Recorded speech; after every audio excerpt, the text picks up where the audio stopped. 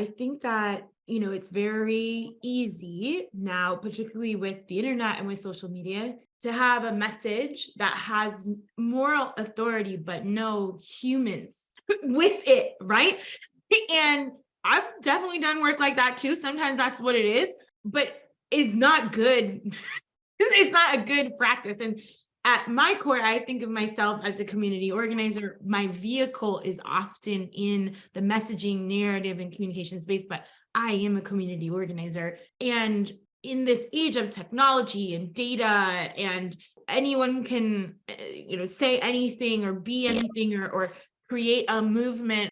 And the reason I think that is critical is because organizing teaches you how to be in relationship with people and how to make an invitation to people to take their own leadership that already exists in them.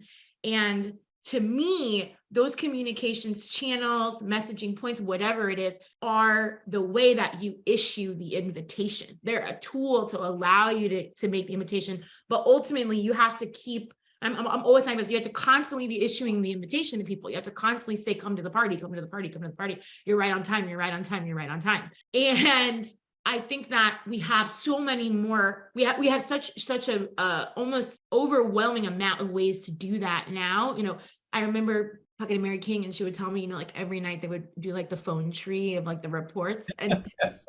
now I could like do a phone tree and like, it's like in minutes, every minute we could have a report if we wanted to. But also I think what community organizing taught me too is really about meeting people where they are. So you need to think about like, what is the way that community communicates? Who are the places? Who are the messengers? Who are the communicators, even if they don't see themselves that way? And how are you kind of responding to that? So of course, in language, that really matters. Is it, for the community I work with, like, do they speak Spanish? Okay, well, then you need to speak Spanish. And I cannot tell you how many times I have to tell people, if you advertise in English that the event is bilingual, we've already like lost the plot. You know what I'm saying? Like,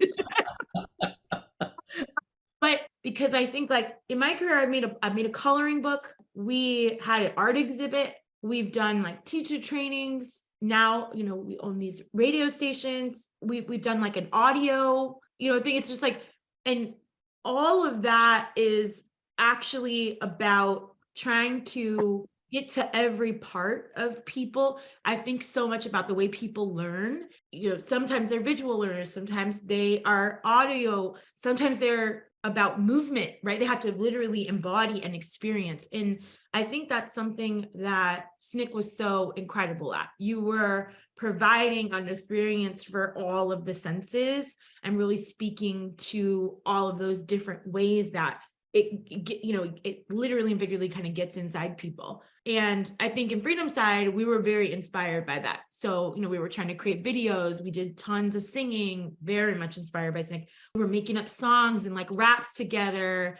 We were naming our ancestors that we were wanting to be in the light of, visual art was such a huge part of what we were doing.